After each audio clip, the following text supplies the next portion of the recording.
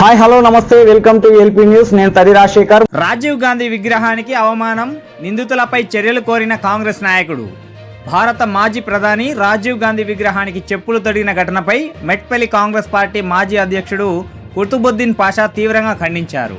జగిత్యాల జిల్లా ఇబ్రహీంపట్నం మండలంలోని తిమ్మాపూర్ గ్రామంలో శనివారం రాత్రి గుర్తు తెలియని వ్యక్తులు రాజీవ్ గాంధీ విగ్రహానికి చెప్పులు తొడగడం క్షమించరాని చర్య అని అన్నారు.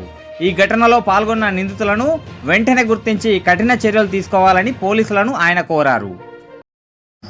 రాజీవ్ గాంధీ విగ్రహానికి చెప్పులు తొడిగిన నిందితులపై కఠిన చర్యలు తీసుకోవాలి. ఇబ్రాహీంపట్నం మండలం తిమ్మాపూర్ గ్రామంలో శనివారం రోజు రాత్రి గుర్తు తెలియని నిందితులు విగ్రహానికి చెప్పులు తొడిగిండు. ఎంత దారుణం అండి ఇది, చెప్పండి. వారు ఎంతటి వారైనా సరే వారిని కఠినంగా శిక్షించాలి. ఎందుకంటే మళ్ళొకసారి ఎవరిసుంటి దుష్ప్రయోగాలకు పాల్పడద్దు. భయం ఏంటిదో చూపెట్టాలి వాళ్ళను శిక్షించి. ఇంతకుముందు కూడా రాజీవ్ గాంధీ విగ్రహానికి ధ్వంసం చేస్తే కాంగ్రెస్ నాయకులు అందరూ కలిసి దాన్ని బాగు చేయించడం జరిగింది. ఇది అందరికీ తెలిసిన విషయమే.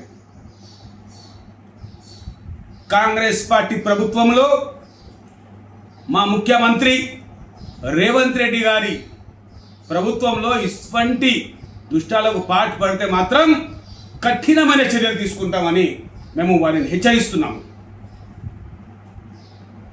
ఇంత దారుణం ఉంటుందండి.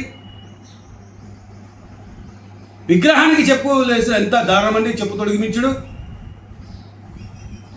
నేను మరొకసారి చెప్తున్నాం, మెట్పల్లి కాంగ్రెస్ పార్టీ పక్షాన డిమాండ్ చేస్తున్నాం.